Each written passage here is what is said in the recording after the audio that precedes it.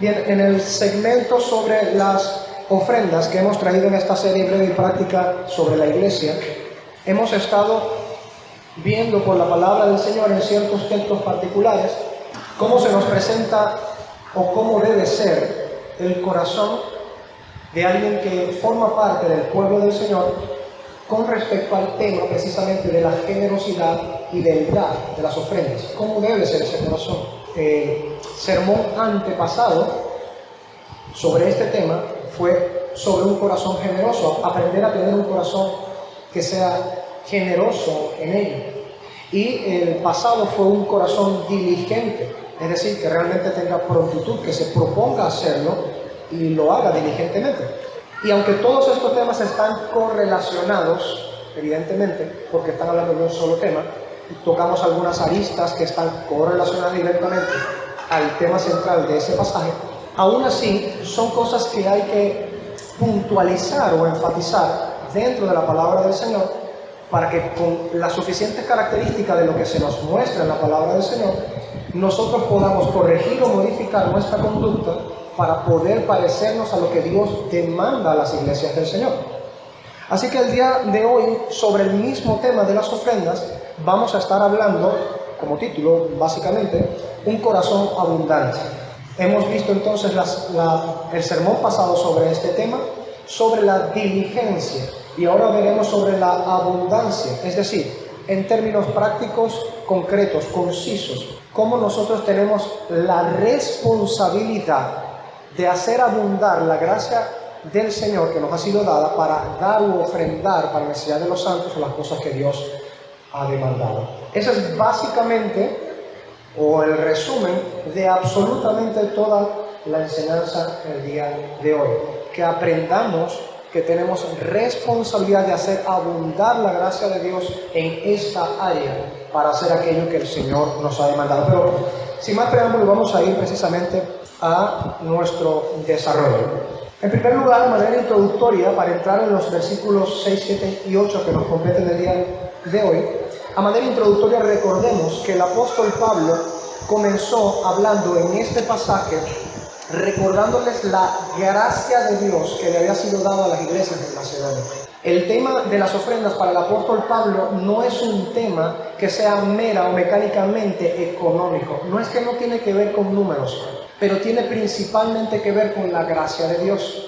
Y de hecho, como veremos en el sermón que sigue, si Dios así lo permite, tiene mucho que ver con el evangelio de la gracia de Dios. El ofrendar no es meramente una especie de desarrollo mecánico económico o financiero que tenga que ver meramente con el dinero, sino que empieza y debe culminar de la misma manera a partir o a raíz de la gracia del Señor. Lo segundo que encontramos en el contexto inmediato para entrar a nuestro pasaje del día de hoy es el asunto del corazón mismo. No solo la gracia de Dios, sino que por causa de la gracia de Dios, los corazones que han sido abrazados por la gracia de Dios, les preocupa poner en práctica estas cosas. Se ven de alguna manera atribulados si ellos no tienen cómo hacer que esto abunde para la gloria del Señor. Y esto es lo que Pablo estaba mostrando a los corintios para entonces exhortar al corazón de los corintios. Mostró el corazón de los macedonios de alguna manera, para como veremos hoy, poner a prueba el amor que los corintios decían tener. Eso es algo que veremos hoy también. Y en tercer lugar, como vemos claramente en el contexto, este servicio termina precisamente ministrando a los santos del Señor. Así que es de la gracia del Señor o a raíz de la gracia del Señor. Tiene primeramente que ver con el corazón de los individuos que han sido abrazados por la gracia del Señor. Y en tercer lugar, esto termina beneficiando directamente a los santos del Señor. Así que evidentemente este es el contexto en el que se nos viene hablando sobre la generosidad, sobre la diligencia y el día de hoy sobre la abundancia, el abundar en nuestra responsabilidad. Habiendo dicho esto, y habiendo culminado la introducción, vamos entonces al desarrollo de nuestra enseñanza. Nuestro primer punto está en el versículo 6. Dice Pablo: de manera que exhortamos a Tito para que tal como comenzó antes, asimismo acabe también esta obra entre vosotros, esta obra de gracia.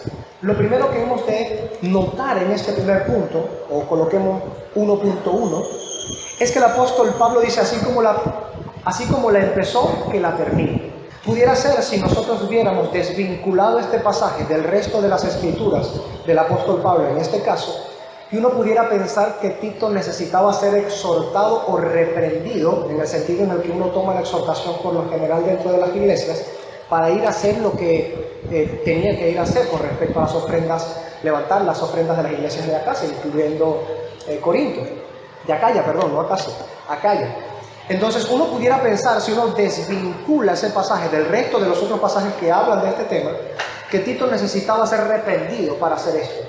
Pero cuando nosotros vemos el resto de la carta e incluso leemos la primera carta, porque tiene mucho que ver con la primera carta, nosotros nos daremos cuenta rápidamente que a Tito no le faltaban ganas para hacerlo. De hecho, y para tenerlo en nuestra consideración, Tito estaba básicamente acabando de llegar de Corinto a encontrarse con el apóstol Pablo, para traer las noticias de lo que había sucedido con el apóstol Pablo, con la iglesia en Corinto, al apóstol Pablo. Así que Tito estaba muy solícito, y de hecho él lo dice en el resto del pasaje, dice que estaba muy solícito en realizar esta y las muchas otras labores o servicios que la iglesia en Corinto se estaba llevando a cabo. Y entonces también estaba muy solícito a que este servicio de ofrenda de parte de los corintios pudiese cristalizarse por medio de Pablo y los otros hermanos a quienes Pablo llama administradores de la gracia de Dios en ese contexto. Así que lo primero que debemos hacer es que cuando Pablo dice aquí que Tito, así como empezó esta obra, que la termine, no está exhortando a Tito de manera negativa como cuando una reprensión se le da a alguien por algo pecaminoso que ha hecho, sino más bien que le ha sido dicho a Tito, así como has tenido este deseo, esta voluntad de hacerlo, ahora apresúrate más para concluirlo. Eso es básicamente lo que Pablo le está diciendo en este primer punto a la iglesia en Corinto con respecto a Tito. Pero en segundo lugar, el apóstol Pablo dice, de manera que exhortamos a Tito para que tal como comenzó antes, así mismo acabe también entre vosotros esta obra de gracia. Y aquí nos detenemos un momento también. A veces hay gente que puede encontrarse en las iglesias, sobre todo dentro del liderazgo de las iglesias modernas, personas que mezclan el asunto de las ofrendas con la salvación. Por ejemplo, nosotros podemos encontrar personas que dicen que si no diezma usted perdió la salvación, o usted de facto no es creyente, no es salvo. Podemos encontrar personas también, por supuesto, que a partir precisamente de la manipulación del dinero logran meter en la mente de las personas no letradas por la palabra del Señor, no instruidas por la palabra del Señor, porque de otra manera no sería así, no resultaría de esa manera. Logran meter el pensamiento en la mente de las personas que su salvación depende básicamente de lo que ellos den de ofrenda. Ciertamente estas cosas son unas perversiones de la doctrina sana y santa de la palabra del Señor. Nuestra salvación no depende de cuánto nosotros demos en la iglesia del Señor. Nuestra salvación no depende de las ofrendas que nosotros demos, porque de lo contrario entonces, por supuesto, quienes más dan más ofrenda, entonces por supuesto son más salvos. Pero esto no nos muestra la palabra del Señor. Y de facto, lo primero que debemos hacer es negar esto, porque conocemos no solamente el pensamiento de Pablo al respecto, que vamos a mencionar unas breves referencias bíblicas al respecto, sino que también entendemos claramente que el Señor siempre ha hablado precisamente en contra de la manipulación con respecto al dinero, asociándolo a la salvación. La salvación no puede ser comprada, la salvación no puede ser pagada, y por lo tanto ni siquiera debe ser pretendido que alguien pudiera ofrendar como para sellar una palabra, como para pactar una palabra, como para poder apropiarse de la bendición que una palabra da en la salvación de un alma. Esto es completamente pervertido delante de los ojos de Dios y según su palabra. Así que lo primero que debemos notar en este contexto es el pensamiento mismo del apóstol Pablo en otros pasajes. En Romanos 4:4, el apóstol Pablo dice, pero al que obra no se le cuenta el salario como gracia, sino como deuda. ¿Qué es lo que hace Pablo aquí? Hace un contraste entre la gracia y la obra. Pero ¿en función de qué está haciendo este contraste? En función de la salvación. Es decir, que cuando hablamos acerca de la salvación por gracia, las obras están en contraste a la gracia. Aquí el que obra para salvación de las personas o de las almas es Dios, es la gracia de Dios lo que termina haciendo que una persona llegue a la salvación, no las obras de la persona. Hay un contraste cuando se habla de la salvación, sobre la gracia y las obras. Para ser salvo, es lo que dice Pablo aquí, no necesitas las obras tuyas, de otra manera entonces ya no sería gracia. Esto también lo dice en Romanos 11. Romanos 11:6 dice, y si por gracia ya no es por obras, de otra manera la gracia ya no es gracia, y si por obras ya no es gracia, de otra manera la obra ya no es obra. Parece un trabalenguas, pero está diciendo básicamente lo mismo con un poco más de palabras, lo mismo que dice en Romanos 4:4. Si una obra es obra, si tiene naturaleza de obra, adeuda lo que ha de dársela a la persona. Si una persona trabaja, no se le puede contar como un regalo lo que se le dé por causa de su trabajo. Eso es lo que está diciendo Pablo. Una gracia sería que fuera de lo que él mereciera, estuviésele dándole algo que no es por mérito lo que recibe, que no se lo ha ganado, no ha obrado para ganarse aquello. Entonces Pablo, en función de la salvación, dice que hay un contraste entre la gracia y las obras. Esto es, que ninguna persona puede ganar la salvación por medio de sus obras. Pero si esto es lo que nosotros entendemos, y traemos a colación esto precisamente porque entendemos que la gracia, en este contexto, es lo que da la salvación a las personas y no las obras de la persona. Entonces, ¿por qué en este contexto el apóstol Pablo habla sobre la obra de gracia? Cuando estamos hablando en este contexto, no estamos hablando principalmente de la salvación. Si bien es un tema que está, obviamente, relacionado con la salvación en el alma de los creyentes, debemos recordar que cuando la gracia de Dios obra en el corazón de los creyentes para salvación, ¿me sigue hasta allí? La gracia de Dios obra en el corazón para salvación. Cuando una persona entonces es creyente, cuando ha sido regenerada por el poder del Espíritu Santo de Dios, por la gracia de Dios, esa persona, como es regenerada por la gracia de Dios, comienza a obrar conforme a la gracia que obtuvo de parte de Dios en su regeneración. Ahora, este es precisamente el punto. Entonces, esta obra de gracia no es algo que esté directamente relacionado en la obtención de la salvación, sino más bien que cuando el individuo es salvado por la gracia de Dios, no solo esta área que comprende el asunto del dar o la generosidad, sino todas las áreas del individuo que ha sido regenerado por el poder del Espíritu de Dios y de la gracia de Dios, comienzan a obrar para seguir la gracia de Dios. Ese es el punto. Así entonces, lo que debemos entender en este contexto es que, más bien, la gracia de Dios nos lleva a obrar conforme a la gracia divina que ya hemos recibido. Por eso Pablo le llama en este contexto esta obra de gracia. Lo que dice sobre Tito entonces es que Tito se pudiera ser diligente, moverse rápido a concluir esta obra que proviene de la gracia de Dios, que es una gracia de Dios poder llevar a cabo esta obra. Ahora, esto no debería ser para nosotros, por supuesto, extraño, porque ya nosotros venimos escudriñando en las Escrituras, en este mismo pasaje, y nos damos cuenta que el apóstol Pablo, desde el primer versículo, lo dice claramente. Os hacemos saber la gracia de Dios que se ha dado a las iglesias de Macedonia. Que las iglesias de Macedonia pudiesen dar de la manera en que ellos estaban dando, era una gracia de Dios. Entonces, ese es el punto del apóstol Pablo con respecto a lo que dice Tito, lo que dice de Tito. Que él pudiera moverse diligentemente a concluir esta obra de gracia. ¿Qué es lo que está entonces en la mente de Pablo cuando está, digamos, estimulando a que no solamente la iglesia en Corinto aprenda a dar generosa y abundantemente, sino que Tito mismo se mueva rápido para estimularlo a ellos a recoger aquello? Él en su mente, claramente guiado por el Espíritu de Dios, inspirado por el Espíritu de Dios, ve esta acción como una obra de la gracia del Señor. Es decir, que no solamente, por un lado, no es solamente el dar las ofrendas de parte de la iglesia, sino incluso cuando de parte del Señor, aquellos que han sido colocados por el Señor fomentan el dar la ofrenda, ambas cosas son una obra de gracia del Señor. Puede que en el contexto en el que nosotros estamos, con iglesias que han pervertido la palabra del Señor, y que por supuesto cuando llega el momento de la ofrenda es casi el momento más apoteósico de los cultos el día de hoy, en donde pasan a un orador vertiginoso con las palabras, muy dado, muy pico de oro con las palabras, para poder manipular a las personas y sacarles plata. Entonces, dado que nosotros estamos en contextos en el que el día de hoy se hace abiertamente estas cosas, uno puede de alguna manera en nuestro corazón guardar un recelo para que cuando entonces aquellos que han sido colocados por el Señor hablen sobre las ofrendas y el deber que tiene la iglesia cristiana de dar con generosidad y abundancia para lo que Dios ha demandado que se haga, veamos con malos ojos tal cosa, algo como apartado de la gracia de Dios, algo como no propio del evangelio de la gracia de Dios. Pero en la mente de Pablo no está esto.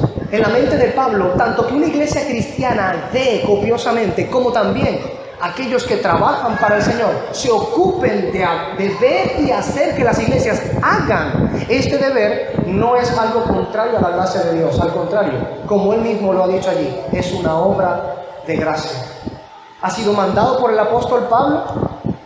Tiene también autoridad Tito precisamente como colaborador del apóstol Pablo y bien conocido por las iglesias, como él mismo lo dice en el resto de los pasajes.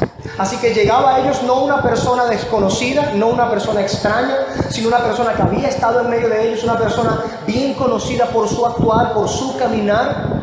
Y es a esta persona a la que el apóstol Pablo claramente dice en ese contexto: les estoy enviando a Tito, le exhorté, le estimulé, le alenté a que fuera para que pudiera culminar esta obra de gracia.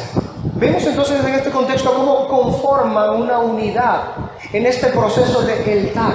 Por supuesto, esta unidad es una unidad general en ello, pero es para que cada uno de nosotros formemos nuestros corazones con los conceptos adecuados de la palabra del Señor. No es solo una obra de gracia que una iglesia dé ofrendas. Es una obra de gracia también que quienes Dios ha colocado al frente se ocupen de fomentar, estimular, incluso exhortar a la iglesia para que den ofrendas al Señor. Es una obra de gracia, tanto que Corinto dé como que Tito vaya a recoger lo ofrendado. En segundo lugar, en el texto número 7 o el versículo 7, Pablo continúa diciendo: por tanto, vamos a explicar esto, como en todo abundáis, en fe, en palabra, en ciencia, en toda solicitud y en vuestro amor para con nosotros, abundad también en esta gracia. Ahora, notemos esto precisamente. La gracia del Señor debe llevar a las personas a hacer ciertas cosas que la misma gracia del Señor estimula en el corazón de los que han recibido esa gracia. Perdone el uso constante de la palabra gracia, pero es que hay que atribuirle la gloria a Dios en eso. Es la gracia de Dios la que produce estas cosas, pero las produce. Lo que quiero decir es que la gracia no es como una especie de sombra abstracta o algo que sencillamente es tan invisible que no tiene ninguna forma de mostrarse en lo físico, de hacerse palpable. La gracia de Dios actúa espiritualmente en el corazón, eso es verdad. Pero la consecuencia de que la gracia de Dios actúa en el corazón de una persona es que se va a mostrar en lo externo, se va a mostrar en lo palpable, en lo físico. Porque la gracia de Dios nos ordena hacer ciertas cosas para nosotros vivir conforme a esa gracia que hemos recibido. Entonces, miren lo que dice 2 Corintios 9:8. 2 Corintios 9:8 esta es la versión Reina Valera. 2 Corintios 9:8 dice, es el capítulo subsecuente que él sigue hablando acerca de la ofrenda, el capítulo 9 de 2 Corintios, dice: y poderoso es Dios para hacer que abunde en vosotros toda gracia, a fin de que, teniendo siempre en todas las cosas todo lo suficiente, abundéis para toda buena obra. Notemos cómo tanto en este contexto como en el versículo 7 y el versículo 6 también, por supuesto, que es básicamente está relacionado con lo que dice en el versículo 7, la gracia de Dios es el motor que produce en el corazón de los creyentes que abunden las obras que están relacionadas con la gracia de Dios. No es en este contexto entonces que es una obra que nace inherentemente del ser humano como si nada hubiese pasado previo en su corazón. No estoy diciendo con esto que no debe nacer del corazón del creyente. Estoy diciendo que la gracia de Dios es el motor que produce que el corazón del creyente pueda entonces brotar en abundancia de generosidad para atender a esta obra del Señor. Eso es lo que dice el apóstol Pablo en 2 Corintios 9:8. para que precisamente Dios, que hace abundar en la iglesia toda gracia, haga que abunde esta también, esta de aprender a ofrendar, aprender a dar. Es un ruego del apóstol Pablo por la iglesia en Corinto, y no tenemos razón para pensar que no sea legítimo para nosotros el día de hoy también aprender a ofrendar. Ahora Pablo, para hacer contraste con esto, de alguna manera le dice, mira, vamos a decir que este es el punto 2.1. Le dice, ya que abundáis en todo. Por supuesto, les menciona varias cosas allí. Les dice en este contexto, abundáis en fe, en palabra, en ciencia, en toda solicitud y en vuestro amor para con nosotros.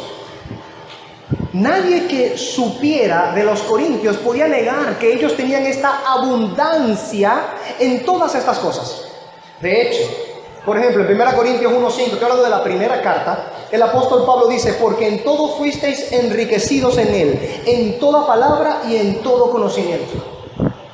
Las iglesias en Corinto eran conocidas precisamente porque habían recibido la palabra del Señor y tenían ahora un manejo y un conocimiento de ellas que era ahora notorio a otras iglesias sobre lo que estaba ocurriendo en las iglesias en Corinto. Miren lo que dice 1 Corintios 12:8. Dice, pues a uno les da la palabra de sabiduría por el Espíritu, a otro palabra de conocimiento según el mismo Espíritu. Esas cosas están ocurriendo en la iglesia en Corinto. Mira un tercer pasaje, 1 Corintios 14:26. ¿Qué hay pues, hermanos? Cuando os reunís, cada uno de vosotros tiene salmo, tiene doctrina, tiene lengua, tiene revelación, tiene interpretación, hágase todo para edificación. Todas esas cosas estaban ocurriendo en la iglesia en Corinto. Así entonces esta era una iglesia que abundaba en dones. Habían recibido la gracia de Dios de tal manera que abundaban en dones, tenían una confianza firmada en la palabra del Señor, tenían la palabra del Señor, tenían un credo, digamos, lo suficientemente claro como para pensar que era una iglesia firme en la doctrina de la palabra del Señor. Eso no implica, por supuesto, que una iglesia con tales dones no pueda tener algunos desórdenes, como es claro por ambas cartas que la iglesia en Corinto tenía desórdenes. Pero lo cierto es que el apóstol Pablo no miente al decir en este contexto que ellos habían abundado en todo. Que tenían fe, que tenían bastante palabra, que tenían conocimiento. Todas estas virtudes abundaban en la iglesia cristiana en Corinto. ¿Qué es entonces lo que hace el apóstol Pablo? Bueno, 2.2. Abundad también en esta gracia. ¿Qué es lo que está haciendo el apóstol Pablo? Miremos de cerca, hermanos, las palabras del Espíritu de Dios por medio del apóstol Pablo. Está diciendo, ustedes ven que claramente la fe es una obra de gracia del Señor y ustedes han abundado en ella. Ven claramente que la palabra es una obra de gracia del Señor y han abundado en ella. Ven que el conocimiento es una obra de la gracia del Señor y han abundado en ello. Ven que la solicitud es una obra de la gracia del Señor y han abundado en ello, incluso en el amor que tienen para con nosotros, que han aprendido de nosotros mismos, es lo que dice el original. Entonces Pablo, tomando en consideración esto, para estimular y exhortar la conciencia de ellos, les dice, les falta algo. Para que sea consistente con el resto de las cosas en las que han crecido y han abundado, abunden también en esta gracia del Señor. ¿Cuál gracia? Aprender a ofrendar. Aprender a ofrendar. El apóstol Pablo en este contexto es como si estuviera diciendo, ya que conocen la gracia de Dios a las iglesias en Macedonia, lo dice claramente en el versículo 1, y ya que por la gracia de Dios abundan en todo, las cosas que estamos mencionando de la primera carta y esta carta también, ahora abunden por esa misma gracia divina en la obra de gracia de dar u ofrendar. No pareciera en este contexto que uno tuviera la necesidad de exhortar para ello, viendo que es una iglesia que está copiosamente llena de dones de parte del Señor. Las obras de gracia del Señor están abundantemente, es lo que quiero decir, dentro de la iglesia en Corinto. Eso no corrige sus desórdenes, pero están llenos en abundancia de diferentes obras de gracia del Señor en medio de ellos. Por eso Pablo, en su antesala de decirles que abunden también en la gracia de ofrendar, les dice, ustedes están llenos y en abundancia de todo lo demás. Por lo menos no les dice en ese contexto, tienen incluso más plata que los de Macedonia. Pero es evidente que, como haberle dicho anteriormente lo que les dijo, los macedonios fueron los más que dieron. Eso ya era una especie de exhortación bastante clara y confrontativa. Ahora se sumaba el hecho precisamente de que ellos también abundaban en las otras obras de gracia del Señor: fe, conocimiento, palabra del Señor. Entonces ellos hicieron una iglesia con suficiente abundancia de las obras de gracia del Señor. ¿Qué era lo que les estaba faltando en este contexto? Abundar también en la gracia de ofrendar. John Calvin o Juan Calvino dice en este contexto que Pablo va un poco más allá, o un paso más allá. Dice, advirtiéndoles que ni siquiera deben esperar a que se les comunique el mensaje de los macedonios. ¿Qué es lo que significa esto? Pablo está diciendo, ustedes abundan en estas obras de gracia de parte del Señor. No deberían tener ni siquiera la necesidad de que se les diga que los macedonios, que están en peor condiciones que ustedes, tanto en dones como en economía, les hayan avanzado ustedes un trecho largo en el ofrendar y en el dar. Es como una especie de advertencia que se guarda de ser duro, pero al mismo tiempo cachetea, exhorta, porque el contraste no puede ser más notorio. Los macedonios tienen dificultades, están en tremenda pobreza, están bajo terrible aflicción y persecución. Y son los corintios en este contexto los que necesitan ser recordados que ya que han abundado en todas las obras de gracia de parte del Señor, también deben aprender a abundar en esta gracia. El puritano John Trapp, en su comentario, dice de las palabras de elogio del apóstol Pablo, las que preceden a la exhortación de aprender a abundar en esa gracia, dice, los elogia a propósito, para insinuarse mejor en ellos. Los ministros pueden alabar provechosamente a su pueblo en algunos casos, para ganarlos más pronto al deber. El apóstol Pablo ha tratado de evitar a todas costas que pudieran pensar que él está manipulándoles para que den dinero. Y estas cosas a veces pueden resultar tan estrechamente cercanas que pudieran confundirse en aquellas mentes que no son dirigidos por el Espíritu de Dios, que no son dirigidas por el Espíritu de Dios. Pero podemos ver cómo claramente el Espíritu del Señor dirige al apóstol Pablo para incentivar, para estimular, para contrastar e incluso exhortar para que los corintios aprendan a dar de manera abundante. Puede que para el sol de hoy a nosotros incluso, como dije anteriormente, por el contexto de iglesias que son sumamente dirigidas por personas que son sumamente embaucadoras de la fe, mercaderes de la fe, hayamos colocado una especie de paredón para ver de mala manera cuando una exhortación se dirige para aprender a ofrendar. Al menos en el caso nuestro como iglesias reformadas, las personas que suelen llegar a nuestras congregaciones por lo general han sido sumamente heridas, han sido desplumadas, por utilizar una palabra. En otras iglesias les han sacado el dinero bajo manipulación, los han puesto a pactar, a comprometerse incluso sobre la base de la deuda, ¿sí? A dar incluso y a prometer lo que no tienen y luego obligarlos con sus propias palabras para dar lo que ni siquiera tienen, para que al fin y al cabo solamente se enriquezcan unas personas que pervierten la palabra del Señor a fin precisamente de la condenación de ellos mismos. Y en las iglesias reformadas, muchas personas llegan de este trasfondo. Entonces se mezclan dos cosas. Se mezcla el prejuicio de las personas creyentes que llegan de iglesias en donde se practican aquellas malas cosas con respecto a las ofrendas, en donde se manipula. Vienen con ese prejuicio a las iglesias reformadas. Y dentro de las iglesias reformadas hay liderazgo que tienen prejuicio con respecto a las ofrendas, que de alguna manera, por una falsa concepción de ello, no hablan claramente al respecto, no muestran cuál es la responsabilidad de la iglesia cristiana al respecto, porque piensan de alguna manera, si hablamos acerca de ello, ya que vienen de iglesias en donde les manipulan para sacarles la plata, pensarán que estamos hablando de estas cosas para sacarles la plata. Y es un miedo legítimo. Puede suceder incluso en las iglesias reformadas que personas tengan estos pensamientos de líderes que son honestos en su labor al respecto y que exponen de verdad la palabra del Señor en estos puntos. Pero lo que nosotros vemos en el ejemplo del apóstol Pablo dista de ambas cosas, difiere de ambas cosas.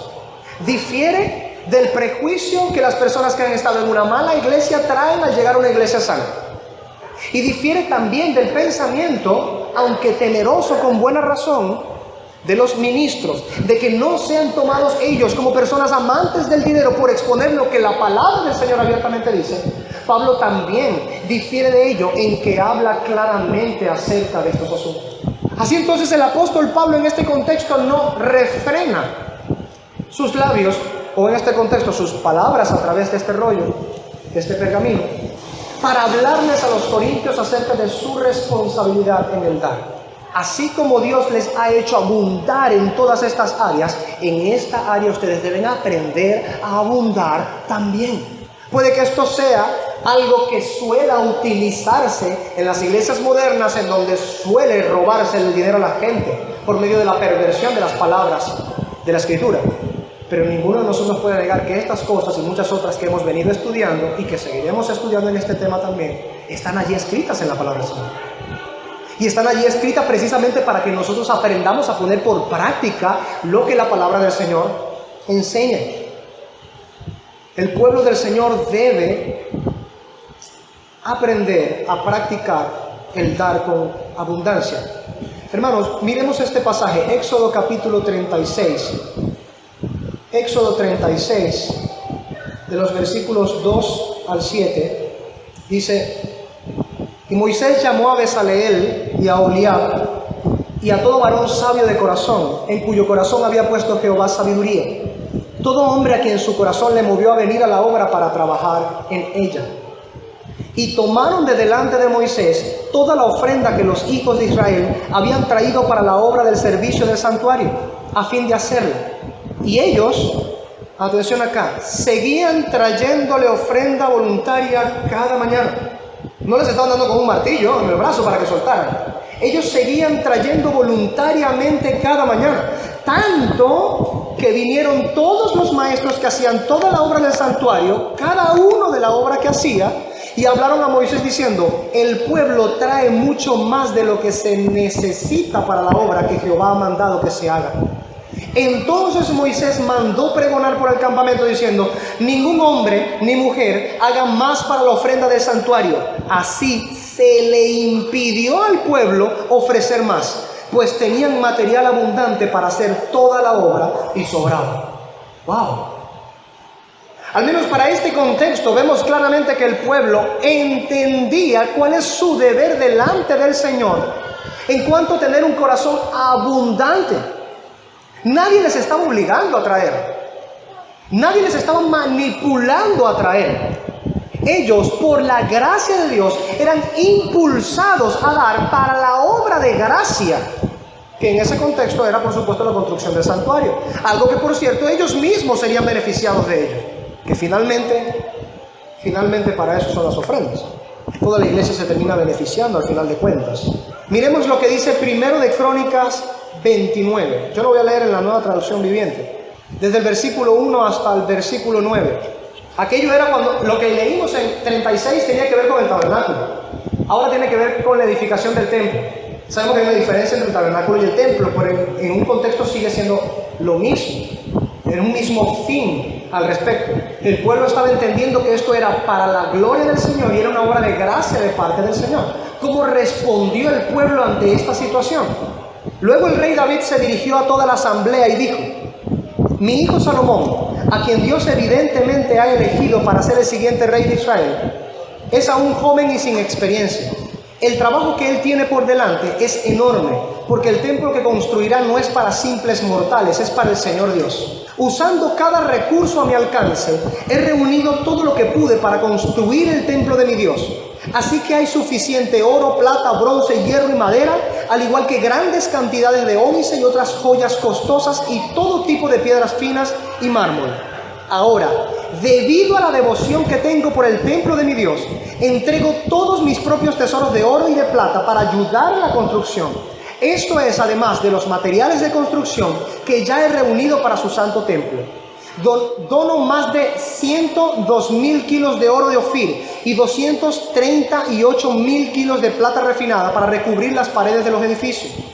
y para los demás trabajos en oro y plata que harán los artesanos. Ahora bien, ¿quiénes de ustedes seguirán mi ejemplo y hoy darán ofrendas al Señor? Entonces los jefes de familia, los jefes de las tribus de Israel, los generales y capitanes del ejército y los funcionarios administrativos del rey, todos ofrendaron voluntariamente. Para la construcción del templo de Dios donaron alrededor de 170,000 kilos de oro, 10,000 monedas de oro, 340,000 kilos de plata, 612,000 kilos de bronce y 3,400,000 kilos de hierro. También contribuyeron con gran cantidad de piedras preciosas que se depositaron en el tesoro de la casa del Señor al cuidado de Jehiel, un descendiente de Gersón. El pueblo se alegró por las ofrendas, porque había dado libremente y de todo corazón al Señor, y el rey David se llenó de gozo. Bendita es la palabra del Señor. ¿Cuál es el punto de estos dos pasajes recién leídos y qué tiene que ver precisamente con lo que estamos hablando? Pues que ahí vemos el corazón abundante del que estamos hablando, del que Pablo exhorta a los corintios, del que Pablo elogió en los macedonios, porque recién habíamos estudiado precisamente que los macedonios no solamente quisieron participar de las ofrendas, ellos insistieron con muchas súplicas y ruegos poder participar. Y no solo dieron ofrendas, sino que dieron más allá de sus fuerzas y se entregaron a sí mismos al Señor y al apóstol Pablo y sus colaboradores también. ¿Qué había en los macedonios? Un corazón abundante. Y se dirá, ¿pero qué? Ellos eran pobres, sí, pero tenían un corazón abundante. Estaban en aflicción, bajo persecución y en terrible dificultad, sí, pero tenían un corazón abundante. Eso es lo que marca la diferencia. Y estos pasajes que hemos mencionado, en dos épocas distintas, una en la época del tabernáculo con Moisés y otra en la época de David y Salomón para la construcción del templo, muestran lo mismo para esa época, un corazón abundante. Y los dos casos muestran precisamente que no tiene nada que ver con la cantidad en la cartera. No tiene que ver con el tamaño o la abundancia de la chequera. Tiene que ver con el tamaño o la abundancia del corazón para este punto. Porque vemos en aquel punto, precisamente, todos dieron y tuvieron que impedirles, en Éxodo 36, que siguieran dando. Se les tuvo que impedir. En muchas de las iglesias del día de hoy hay que rogar para que aprendan a dar. En aquel contexto había un corazón tan abundante que hubo que rogarles que ya no siguieran dando. En el contexto de los macedonios, aunque estaban en profunda pobreza, ellos rogaron poder dar. Es evidente, hermanos, que no es un asunto de la chequera. Es evidente que no es un asunto de la cartera, es un asunto del corazón. Un corazón abundante obra de esta manera. Va en perfecta correlación con la generosidad, va en perfecta correlación con la diligencia, o se manifiesta por medio de la diligencia. Mire lo que el apóstol Pablo dice en el siguiente capítulo del que estamos estudiando, 2 Corintios 9, versículos 13 y 15. Lo voy a leer en la Nueva Versión Internacional. En efecto, al recibir esta demostración de servicio, se refiere a quienes recibirán las ofrendas, ellos alabarán a Dios por la obediencia con que ustedes acompañan la confesión del Evangelio de Cristo y por su generosa solidaridad con ellos y con todos. Además, en las oraciones de ellos por ustedes expresarán el afecto que les tienen por la sobreabundante gracia que ustedes han recibido de Dios. Gracias a Dios por su don inefable. ¿Qué es lo que Pablo está viendo en este contexto? ¿Y qué tiene que ver precisamente con el texto en que estamos estudiando ahorita? Que la gracia de Dios es la que hace que un corazón se vuelva abundante. Y cuando eso ocurre, es nuestra obediencia al Evangelio del Señor lo que se constituye precisamente en la causa o razón por la cual nosotros vamos a dar con abundancia en ese aspecto. Pablo lo dice en estas palabras: la obediencia con que ustedes acompañan la confesión del Evangelio de Cristo. Si bien más adelante en otro sermón es donde veremos cómo esto está mezclado directamente con el Evangelio de la gracia del Señor, está relacionado, en vez de decir mezclado, relacionado directamente con la gracia dentro del Evangelio de Jesucristo. Sí, el ofrendar tiene que ver con el Evangelio de la gracia del Señor. Veamos brevemente aquí Como el apóstol Pablo dice, ustedes están acompañando con obediencia la profesión o confesión del evangelio que ustedes dicen creer. No a muchas personas les pasa por la mente en el momento que ofrendan que es una obediencia a la gracia del Señor, y segundo, es precisamente una compañía a la confesión del evangelio que creemos. No todo el mundo está pensando en eso cuando ofrenda, ¿verdad, hermano? ¿Cuántas veces pensamos precisamente que es una obediencia y un acompañamiento a la confesión del evangelio que sostenemos? El ofrendar. ¿Quién está pensando cuando ofrenda diciendo, esta es la compañía de la confesión que yo hago del evangelio que creo? Dado que creo en el evangelio, doy para alcanzar a otras personas, para ayudar a otras personas, para sostener a personas, para expandir el reino de Cristo. Porque creo en el evangelio, hago esto. ¿Cuántos de nosotros ofrendamos de esa manera? Por eso el apóstol Pablo les dice, tienen que aprender a abundar en esta gracia. Han aprendido fe, han aprendido ciencia, han aprendido conocimiento, han aprendido solicitud, pero les falta algo en ello. Tienen que abundar en esta gracia de dar y ofrendar también. Deben ser diligentes, generosos y abundantes. Tienen que ser gozosos y voluntarios. Todas estas cosas están allí en estas palabras. La iglesia en Corinto debía aprender esto, ya que ellos habían recibido de parte de Dios esta gracia. Sería bueno que abundaran también en la gracia del ofrendar. Lo que nos lleva a nosotros a preguntarnos muchas veces también, ¿no? ¿Ha hecho Dios abundar varias gracias en nuestra iglesia? Pudiéramos pensar en varias gracias que el Señor ha hecho abundar en nuestra iglesia local, así como Pablo le recordó a la iglesia en Corinto varias de las gracias en que Dios les había hecho abundar. Y si es así, que podemos precisamente dar o precisar con áreas en donde la gracia del Señor nos ha hecho abundar. Uno podría decir, bueno, la iglesia ha crecido en conocimiento. Bueno, la iglesia ha crecido en confesionalidad, ahora entienden mejor las doctrinas, ha crecido en doctrina. Ha venido creciendo en fe también, creyendo a las palabras del Señor, teniendo confianza en la palabra del Señor. Uno podría decir que quizá algunas de las que han sido aplicadas, de las gracias abundantes en Corinto, pudieran también ser legítimamente aplicadas en nuestra iglesia local. Pero ¿y que se reprende a la iglesia en Corinto? Que se exhorta y estimula a abundar. ¿Hemos abundado nosotros también en esta gracia? ¿Hemos aprendido también a abundar en esta gracia del Señor? Versículo 8 y tercer punto. No hablo como quien manda, sino para poner a prueba, por medio de la diligencia de otros, también la sinceridad del amor vuestro. Nuevamente dos cosas en este texto que voy a resaltar.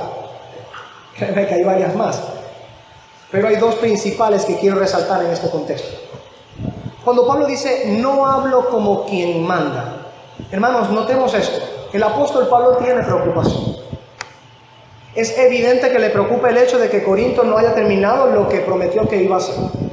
Es evidente que le preocupa, de otra manera no les escribe al respecto. De otra manera no dice que va a enviar a Tito para que culmine aquello que ya se había prometido y empezado a caminar en ello. Entendemos también que en el proceso de estas cosas ocurrieron ciertos eventos que pusieron, digamos, a la iglesia en vilo, ¿no? Sucedió, por ejemplo, lo que se nos menciona en la primera carta, el hombre que tenía a la mujer de su propio padre, entre otros desórdenes y cosas que él tuvo que atender con esa primera carta. Así que evidentemente sucedieron algunas cosas que pudiéramos nosotros decir sirvieron como de tropiezo. Pero la iglesia en Corinto no fue tampoco tan diligente como para poder decir, ok, estas cosas han pasado, pero vamos a retomar lo que nosotros hemos prometido hacer. Vamos a hacerlo porque es una obra de gracia de parte del Señor. El Señor ha abundado en nosotros con estas gracias. No sucedió así. Tuvo que serles traído precisamente la comparación con las iglesias pobres, dificultadas, afligidas de Macedonia, para entonces poner un contraste y decirles, hey, ¿qué pasó? Abunden también en la gracia de dar. Que si los macedonios han abundado en aquella, no teniendo la abundancia de dones que de Dios ustedes han recibido, con mayor razón deberían ustedes abundar en la gracia de dar. Así entonces el apóstol Pablo por eso dice, yo no hablo como quien les manda hacer. Hermanos, Pablo tenía la autoridad apostólica. Tenía autoridad apostólica y fue él quien fundó la iglesia de Corinto. Así que en ese contexto claramente podía haberles dicho, ustedes saben muy bien cuál es el deber. Ustedes saben muy bien lo que está escrito en las Escrituras. Con todo y ello, tratando de que la iglesia en Corinto no se viese lastimada o ofendida por este punto, le dice, yo no les hablo como quien manda. Es decir, todo lo que les he dicho Estoy tratando de apelar a argumentos que ustedes mismos puedan ver que son reales, que son la verdad, para que no crean que tienen que ofrendar porque yo les digo. Pablo trae a consideración estas cosas por lo importante que es que la iglesia entienda que no deben ofrendar porque alguien les está ordenando ofrendar, sino porque debe nacer del corazón abundante una ofrenda abundante. Pablo les quiere mostrar a ellos que ellos no deben depender de la ordenanza para ellos poder hacerlo. Que la iglesia debe aprender a estar, por así decirlo, cazando siempre la oportunidad para abundar en esa gracia, para hacerlo constantemente, para buscar abundar en ello. No hablo como quien manda. Pablo dice, no les quiero dar una ordenanza al respecto. No es que no hubieran ordenanzas al respecto. Cualquiera que lea 1 Corintios capítulo 16, en los primeros 3 versículos, ahí uno se da cuenta. Había dado ordenanza a las iglesias cristianas en Galacia. Había dado ordenanza ya para las iglesias en Corinto también. Que cada uno en el primer día ponga aparte algo. Habían ordenanza, pero ¿qué es lo que quiere decir con ello? Como está exhortando a la iglesia. Y es un tema que por lo general, si lo fue hace 2000 años, también lo es ahorita. Quizás con mayor razón ahorita, que estamos en mejores condiciones que las iglesias en aquel tiempo, o que las ciudades en aquel tiempo. Si nosotros vemos cómo el apóstol Pablo tiene miedo, tiene temor, se guarda de que no vean mal el asunto, de que entiendan, pero que no vean mal el asunto, nosotros deberíamos procurar hallar en nuestros corazones que lo que él está exhortando existe, que lo que Pablo está exhortando existe en nuestros corazones. Sería bueno preguntar, o legítimo preguntar en este contexto, ¿será que nosotros necesitamos ordenanza? ¿Será que nosotros necesitamos que se nos ordene, que se nos mande, den, para poder aprender a dar? Pablo lo que precisamente está diciendo es eso. Mira, yo no les estoy hablando como quien manda. Les está diciendo, mira, les estoy dando todos estos argumentos para que vean cuál es la verdad al respecto. De qué es lo que nace de un corazón que ha sido abrazado por la gracia de Dios. ¿Qué hace? Abunda en la gracia de Dios y comienza a obrar conforme a esa gracia. En segundo lugar, o 3.2, Pablo les dice que con esto pone a prueba la sinceridad del amor vuestro. Ay, hermano, no tiene idea cómo tengo dificultad yo para predicar esta parte, pero la palabra del Señor la dice. Dice claramente en ese contexto, no hablo como quien manda, sino para poner a prueba. Poner a prueba. Hablo esto para poner a prueba, por medio de la diligencia de otros, también la sinceridad del amor vuestro. Puede que estas cosas suenen chocantes si un pastor las dice y nadie se da cuenta que está escrita aquí, ¿cierto? Que un pastor quisiera poner a prueba la sinceridad del amor de una iglesia, contrastándola por medio de la diligencia que otros han tenido en hacer lo que esa iglesia no ha hecho. Ay, hermano, yo comprendo bien por qué los pastores solemos rehuir de hablar del tema del dinero.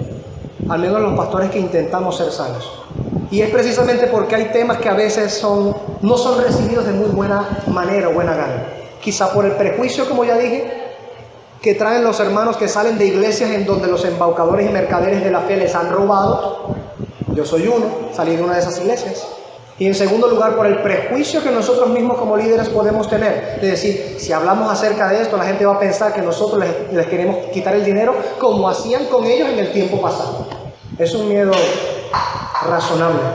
Pero cuando la palabra del Señor habla acerca de algo, detenerse de no hablar el consejo de Dios al respecto es mayor pecado. El apóstol Pablo dice claramente en este contexto, yo les estoy probando a ustedes. Por medio de lo que yo les dije, les estoy probando a ustedes si la sinceridad de su amor es real. Hermano, coloque eso en el contexto en el que viene hablando de plata, viene hablando de dinero.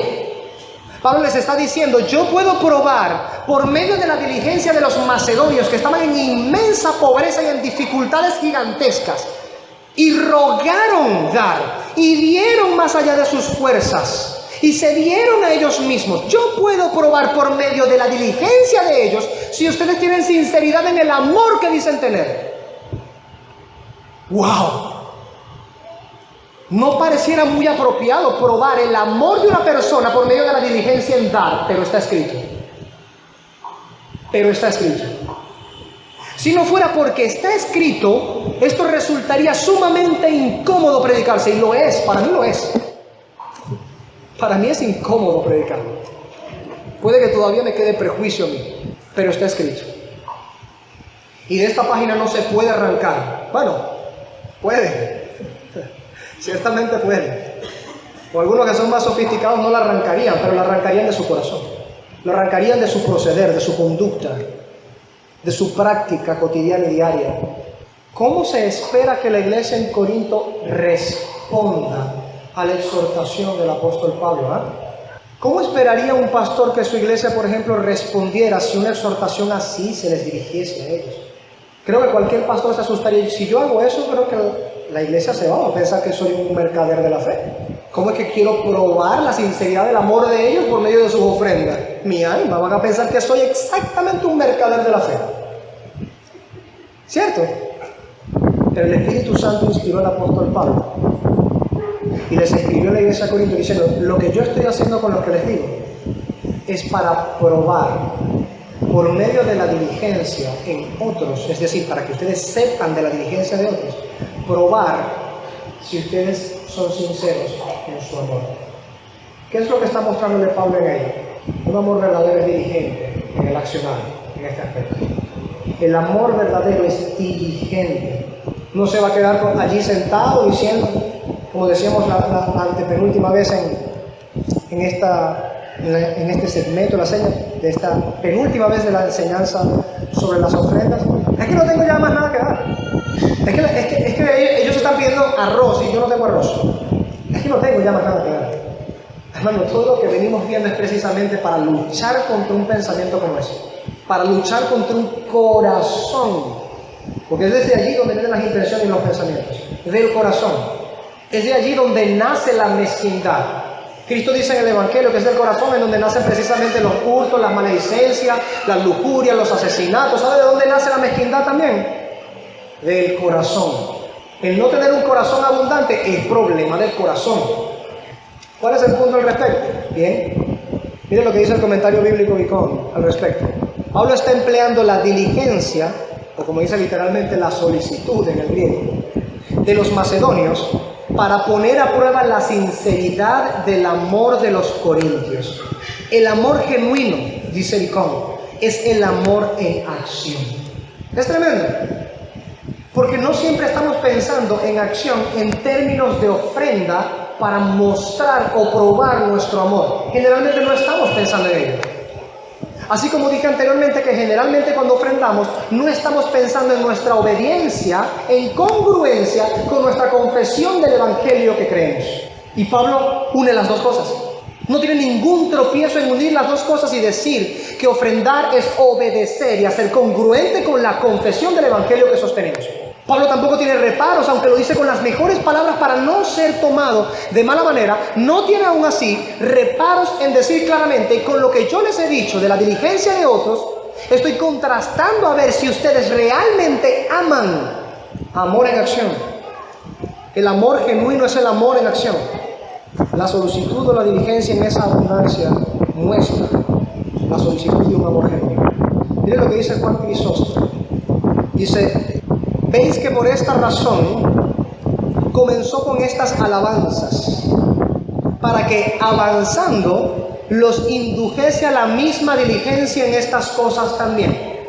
Como diciendo, o sea, como si Pablo estuviese diciendo, dice Crisóstomo: digo pues estas cosas para incitaros a la misma solicitud. Y menciono su celo, el de los macedonios, para alegrar, animar y estimular vuestras inclinaciones. Crisóstomo, y así creo que Pablo también, creían que como los corintios eran creyentes genuinos que habían abundado en las otras gracias que él había mencionado, ciertamente entonces estaba en los corazones de ellos las inclinaciones para dar abundantemente. De hecho, por eso les dice claramente en el resto del pasaje que ellos habían sido los primeros en prometer obrar en esta obra de gracia. No le resta razón al padre Crisóstomo para hablar de esta manera. No le falta razón para creer esto, que habían inclinaciones en la iglesia en Corinto para el dar. El problema, tanto de lo que dice Crisóstomo, que no es un problema, pero es una corrección al problema, como lo que dice también el apóstol Pablo, no es en que ellos se hayan apresurado a decir queremos ayudar, queremos participar, queremos ser resueltos en esto también, queremos apoyar y participar de esta obra de gracia al Señor. Ese no fue el problema. El problema fue que se quedaron en las palabras y en la cristalización de lo que ellos mismos habían dicho, nunca llegaron a mantenerlo. Como dice el apóstol Pablo, hace más de un año que empezaron con esto y todavía no lo han terminado. ¡Wow! Y como dije o expliqué en aquella oportunidad, el año pasado puede significar muchas cosas. Por ejemplo, si lo está diciendo a finales de este año y habló de principios del año pasado, son casi 2 años. Decir el año pasado son casi 2 años. Lo implica, pues. Hay la posibilidad de que haya pasado mucho tiempo y por ello el apóstol Pablo estuviera exhortando de esa manera, aunque con cuidado, exhortando. Entonces, ¿cuál es el punto? ¿Qué es lo que insiste Crisóstomo que el apóstol Pablo está haciendo en ello? ¿Qué es lo que desea el apóstol Pablo? Incitarles a la solicitud por medio de la diligencia de otros. Incitarles a la solicitud, a la diligencia. Pablo les ha dicho, ustedes han sido diligentes en muchas otras cosas y aprendieron solicitud en muchas cosas y están abundando en muchos dones que el Señor les ha dado. Aprendan a abundar en esta gracia del Señor también. Yo con esto lo que quiero es poner a prueba, el amor que ustedes dicen tener. Quiero poner a prueba, por medio de la diligencia en otros, el amor que ustedes dicen tener. Ahora, no es como si el apóstol Pablo dudara del amor a los corintios. Vale resaltar eso también. No parece que sus palabras estuvieran mostrando esto. Además que hay varios otros pasajes en donde él habla de que sabe sobre el amor de los corintios para con él. Aunque muchas veces hubieron personas que perturbaron la iglesia en Corinto y casi ponen en contra la iglesia de Corinto del apóstol Pablo, él no dudaba de que ellos amaran al apóstol Pablo, a los colaboradores y a los santos en Judea, sino que precisamente necesitaban, como todos nosotros creyentes en Cristo, en una área, ser exhortados, ser enseñados, ser instruidos, y muchas veces ser estimulados, incitados por el ejemplo o la comparación de otros a hacer lo que sabemos que es un deber.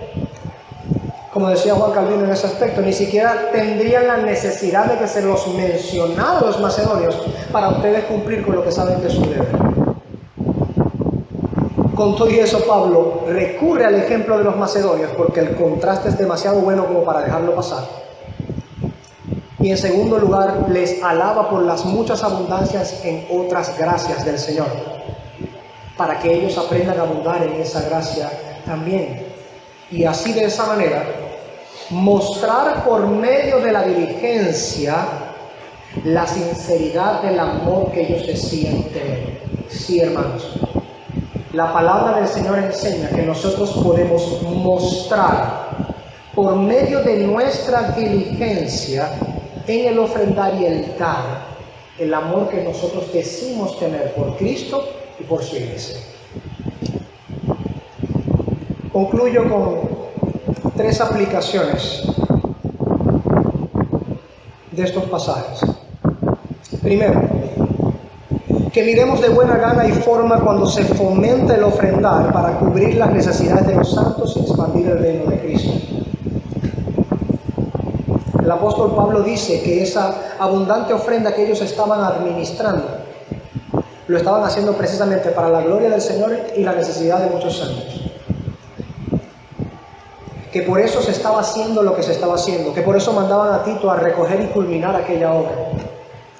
¿Qué es lo que debemos aprender en la práctica al respecto? Que miremos de buena gana y forma cuando eso ocurre.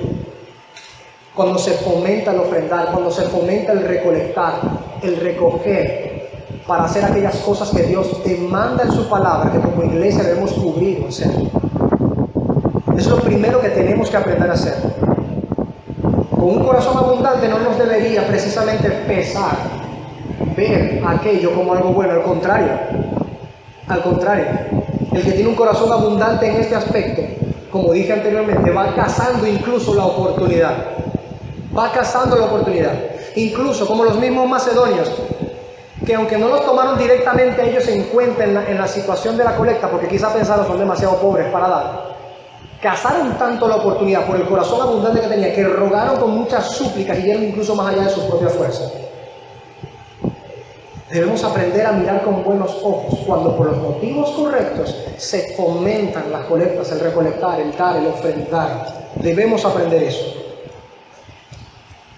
En segundo lugar, otra aplicación, que abundemos voluntariamente, que no disminuyamos, para decir el contraste, lo negativo, que abundemos voluntariamente en la gracia de dar, voluntaria, gozosa y abundantemente para cubrir las cosas que Dios demanda cubrir. Cuando un corazón es abundante, no va a buscar disminuir en lo que da, va a buscar abundar en esa gracia de Dios. ¿Por qué? Porque tiene un corazón abundante. Porque tiene un corazón abundante. Aprendamos entonces en este contexto a abundar voluntariamente, a que verdaderamente nuestro corazón tenga el deseo de abundar en esa gracia. Que si podemos ver la gracia de Dios actuando en nuestra iglesia, en otras áreas, habiendo recibido de parte de Dios tantas gracias abundantes en nuestra iglesia local, que aprendamos también a abundar en esta gracia de la cual se está hablando, porque también es una obra de gracia de parte del Señor. Y en tercer lugar, que no miremos de mala gana cuando sea probado nuestro amor por medio de la acción diligente que se deriva del verdadero amor que muestran otras personas. A veces eso suele suceder, así que es una aplicación perfecta para nosotros el día de hoy también. A nadie le gusta que se comparen con otras personas nuestro accionar, y se entiende. A veces puede resultar vergonzoso en ese aspecto, y se entiende. Pero cuando es hecho de manera bíblica, cuando el deseo es que podamos hacer las cosas de manera que concordemos más con el consejo bíblico, con el testimonio bíblico, estas cosas, lejos de chocarnos, o aunque incluso nos chocasen porque el orgullo es así, deberíamos aprender a ver esto como una misma gracia de parte del Señor, que no quiere que sigamos viviendo de la misma manera, sino que aprendamos cuál es el camino correcto a seguir en esta área también. Que el Señor nos ayude. Puestos de pie, vamos a orar. Oremos. Amado Padre Celestial, bendito Señor, tú eres bueno, grande y misericordioso, y nos has permitido el día de hoy reunirnos en tu nombre, y reunirnos para la gloria de tu nombre. O al menos eso es lo que pretendemos o deseamos, Señor. Rogamos siempre que la alianza de tu Espíritu Santo esté en medio nuestro, para poder hacer tu voluntad, para glorificar por medio de tu Hijo Jesucristo tu nombre, oh buen Padre. Que la gloria sea dada para ti, porque tú eres legítimamente el dueño de absolutamente todo. Que a ti sea dada la gloria, la honra, la magnificencia, el honor, el loor, que tú lo recibas tú, Señor. Te rogamos, Dios mío, que como fruto de la predicación de tu palabra y el poderoso obrar de tu Espíritu Santo, estas palabras penetren en nuestros corazones, Señor. Oh bendito Dios, ayúdanos a aprender, a abundar en la gracia del dar y del ofrendar. Que no nos sea gravoso en nuestro corazón, Señor, este deber. Que no nos sea pesado, que no nos sea fastidioso, que no miremos con malos ojos esta obra de gracia o a aquellos que hacen esta obra de gracia, como lo vemos en tu palabra. Te rogamos en este contexto, bendito Dios, que nos enseña nuestro corazón, Señor. Si fue endurecido por las amargas experiencias en el pasado, en donde tu palabra fue pervertida y nos engañaron para robarnos, si nuestro corazón fue endurecido por estas cosas, ablanda nuestro corazón. Hazlo de carne en este punto, Señor, y que podamos pensar lo que tu palabra dice al respecto. Que seamos dados en ese aspecto, Señor. Que seamos dados, voluntariosos, que tengamos un corazón abundante. Que aprendamos de los macedonios, que aprendamos de lo que Pablo exhorta a los corintios. Y que tengamos en todo un corazón abundante. Porque si tenemos un corazón abundante, Señor, el dar mismo, Señor, no es un problema. La cantidad misma ni siquiera es un problema. Pero vemos como más problemático y de raíz de todo asunto, Señor, nuestro corazón. El corazón. Enséñanos a ser abundantes y a dar abundantemente, de manera voluntaria, para que, quién sabe, se nos tenga que frenar de la misma manera que fue frenado el pueblo, cuando se había abastecido de todo ya, frenárseles para que ya no siguieran dando. Que suceda así con nosotros, Señor, en vez de que se deba rogarnos para dar, que se nos deba rogar para parar de dar, Señor. Ayúdanos a tener un corazón abundante. En el nombre de Cristo te rogamos estas cosas, bendito Señor. Amén.